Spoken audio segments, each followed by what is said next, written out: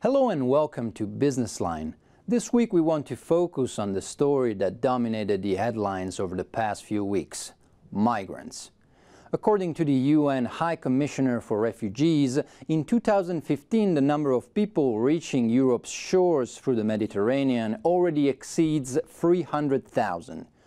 They come from the Middle East, Africa and Asia, and they're fleeing poverty and war. Sadly, they do so risking their lives, and this summer has seen tragedies with hundreds of casualties. What's more outrageous, there are people making a profit out of it. So-called human smugglers often charge more than $1,000 per trip. Interpol underlines that traveling conditions are inhumane, migrants are overcrowded in trucks or boats, and fatal accidents are frequent. The two main countries of arrival in Europe are Greece and Italy, but most of the time that's not the migrants' final destination, which poses a problem for transit countries since the member state responsible for examining an asylum application is the one through which the migrant first enters the EU, countries like Hungary.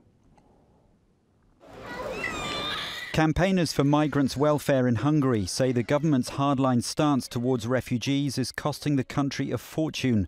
They've called on the authorities to allow people to travel to the countries they wish to reach, saying their refusal to do so is simply playing into the hands and putting cash into the pockets of the human traffickers. Over a period of 10 days, the Hungarian state put as much money into the pockets of the black economy as it spent on refugees altogether last year. I don't know in whose interest this is, but it would be good to stop it. One estimate has put the costs of accommodating and processing refugees, plus the massive security expense, at €270 million. The only ones to make money from the desperate travellers are the people smugglers. But the government spokesman says they can't let people go. This is not our choice, but the responsibility of every European country, he says, especially those who are guarding the Schengen border. Hungary's being blamed for something which is not only important to save its borders, but the EU's. The government insists that it, not the EU, incurs most of the cost of dealing with migrants and refugees. Processing asylum seekers' claims takes time, it argues, and until that's done, people can't leave the country legally. The vast majority of the recent arrivals remain intent on reaching other European destinations. Joining us now from Budapest is Euronews correspondent Andrea Hajagos. Andrea, Hungary has been especially criticized for its plan to build a border fence to stop refugees. What's the mood over there? Do taxpayers feel their money was well spent? It is very hard to tell because it depends on who is asking them. According to a pro-government pollster, two-thirds majority of the Hungarians think that this fence is a good idea. But according to a left-wing pollster, two-thirds majority is against the fence. So this is why it's very hard to tell. What I experienced on the ground is that many people in Budapest disagree with the government solution, but when I go closer to the Serbian-Hungarian border, there I can find more who like the idea of the fence. Isn't there any way the migrants could be seen as an economic resource more than a nuisance? There is a way, of course, but only if they stay and work here. The Hungarian society is getting older. It would need more workers to be able to provide pensions. So those people who would like to work here could help the economy. But they don't want to stay here. They would like to go to Western Europe. And on the other hand, they are not welcomed by the Hungarian government. You talk to economic experts. What can you tell us about the impact of the migrant crisis on the overall Hungarian budget? The Hungarian budget is already overstrung, and there are more and more unexpected expenses in handling the situation now. Nobody expected that so many people would come. The government is asking for money from the EU, and the EU wants to give money, but the whole procedure seems to be slower than the escalation of the situation itself. That was Euronews correspondent Andrea Hajagos in Budapest. Thank you, Andrea. Thank you. One of the most coveted destinations is the United Kingdom. Up to 5,000 migrants are estimated to be in the French port of Calais, waiting for a chance to cross the Channel. Legally, they are neither refugees nor asylum seekers, as in order to become an asylum applicant, migrants need to be on UK territory. However, many of them do not qualify for refugee status because they're considered economic migrants, people that move to another country to advance their economic prospects. Still, the UK is not the country with the highest number of claims in the EU.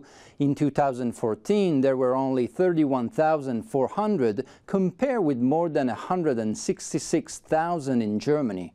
So how did the country manage to reach 330,000 arrivals in the year to March? Simple. There are people coming from inside the European Union, which gives freedom of movement to member state nationals. The problem is the current migrant crisis could damage even this EU founding principle. Britain's Interior Minister Theresa May lashed out against so-called welfare tourists, European nationals especially from the Eastern Bloc, which take advantage of benefits such as unemployment subsidies. May went further, arguing that only European migrants who already found a job should be allowed in the UK, opening a new front in London's road to renegotiate membership of the EU. But her stance was criticised by the Confederation of British Industry, which said evidence showed the vast majority of EU migrants to the UK provided a benefit for the economy. According to data by the UCL Centre for Research and Analysis of Migration, European immigrants who arrived in the UK since 2000 have contributed more than £20 billion to public finances between 2001 and 2011. And over the period, European immigrants from the EU 15 countries contributed 64% more in taxes than they received in benefits. Moving on to our IT dedicated segment, this time we concentrate on Apple's event next week. As always, the invitation sent by Cupertino didn't give out any clues on what will be effectively presented. Nonetheless, they managed to create a big buzz all over the internet as tech enthusiasts await the successor of the widely popular iPhone 6. Apple has confirmed that it will unveil the iPhone 7 on September the 9th, just 11 months after the launch of the iPhone 6 and 6 Plus. The company sent out invites on Thursday with the tagline, "Hey Siri, give us a hint," referring to its inbuilt voice intelligent assistant feature. Unconfirmed reports suggest the new models will have smaller capacity but longer lasting batteries, something which has always been an issue with not just iPhones but all mobiles. The new phones are expected to go on sale within 2 weeks of the launch. That's it for now. Thank you for watching, and we'll see you next week.